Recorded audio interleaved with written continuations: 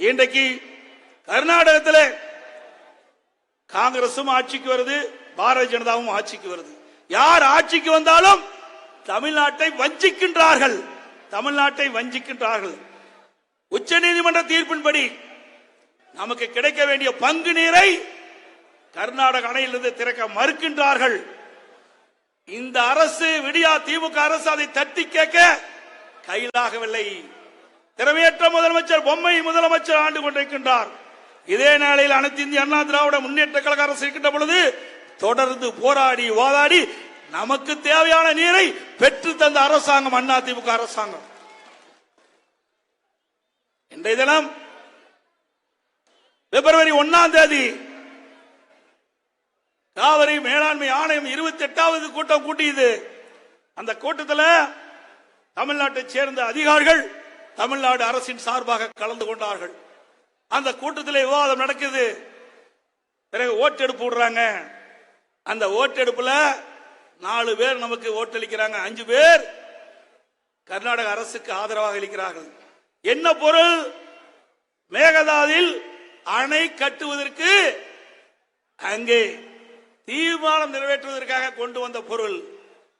இதே நிலை எண்ணி பார்க்க வேண்டும். அனைத்து இந்திய அண்ணா திராவிட முன்னேற்ற கழக அரசு, நான் முதலமைச்சர் இருந்த காலம், கர்நாடக அரசு மத்திய நீர்வள ஆணையத்துக்கு கடிதம் எழுதியது.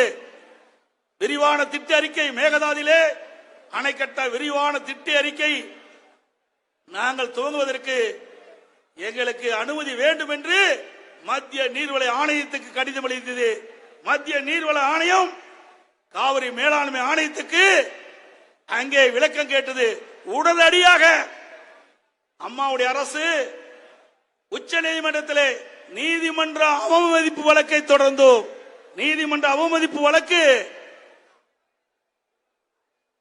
மத்திய நீர்வள இயக்குனர் மீது நீதிமன்ற அவமதிப்பு வழக்கை தொடர்ந்தோம்.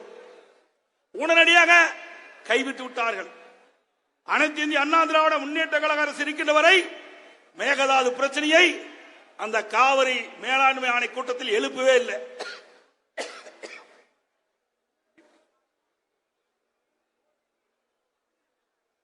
ஆனால் திறனற்ற முதலமைச்சர் தமிழகத்தை ஆண்டு கொண்டிருக்கின்ற இந்த வேளையில் நாம் பெற்று தந்த தீர்ப்பு, காவிரி நதிநீர் நாம் பெற்று தந்த தீர்ப்பு, அதை கூட காப்பாற்ற முடியாத வக்கில்லாத முதலமைச்சர் தான் இன்றைய முதலமைச்சர்.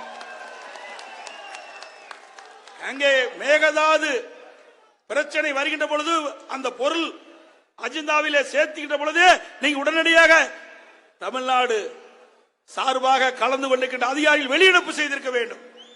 அதை விட்டுவிட்டு ஓட்டெடுப்பிலே கலந்து கொண்டு தோல்வியுற்று இன்றைக்கு ஒரு மிகப்பெரிய பிரச்சனைக்கு உருவாக்கி விட்டார்கள். காவிரி மேலாண்மை ஆணையம் மத்திய நீர்வள ஆணையத்துக்கு தீர்மானத்தை அனுப்பப்பட்டிருக்கிறது. அது என்ன வரும்னு இதுவரைக்கும் தெரியல. ஆகவே அந்த ஓட்டெடுப்பிலே நம்முடைய அதிகாரிகள் கலந்து கொண்ட காரணத்தினாலே, அந்த ஓட்டெடுப்பிலே நாம் கலந்து கொண்டு தீர்மானம் நிறைவேற்றப்பட்ட காரணத்தினாலே, கர்நாடகத்துக்கு கூடுதலாக ஒரு வாக்கு வந்த காரணத்தினாலே மத்திய நீர்வள ஆணையம் என்ன செய்ய போறது என்று தெரியவில்லை.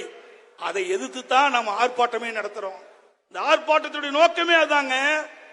நாம் கத்தி காத்தது, நாம் பெற்ற தீர்ப்பு, மேகதாதுல காவிரி மேலாண்மை ஆணையத்தில் எந்த ஒரு கருத்துருவும் கொண்டு வரக்கூடாது என்று தடை போட்டு வைத்திருந்தோம். இந்த விடியா திமுக அரசு ஆட்சிக்கு வந்த பிறகு இப்படிப்பட்ட ஒரு நிலைமைக்கு கொண்டு வந்து விட்டு விட்டார்கள். ஆகவே அதற்காகத்தான் இந்த கண்டன ஆர்ப்பாட்டம்.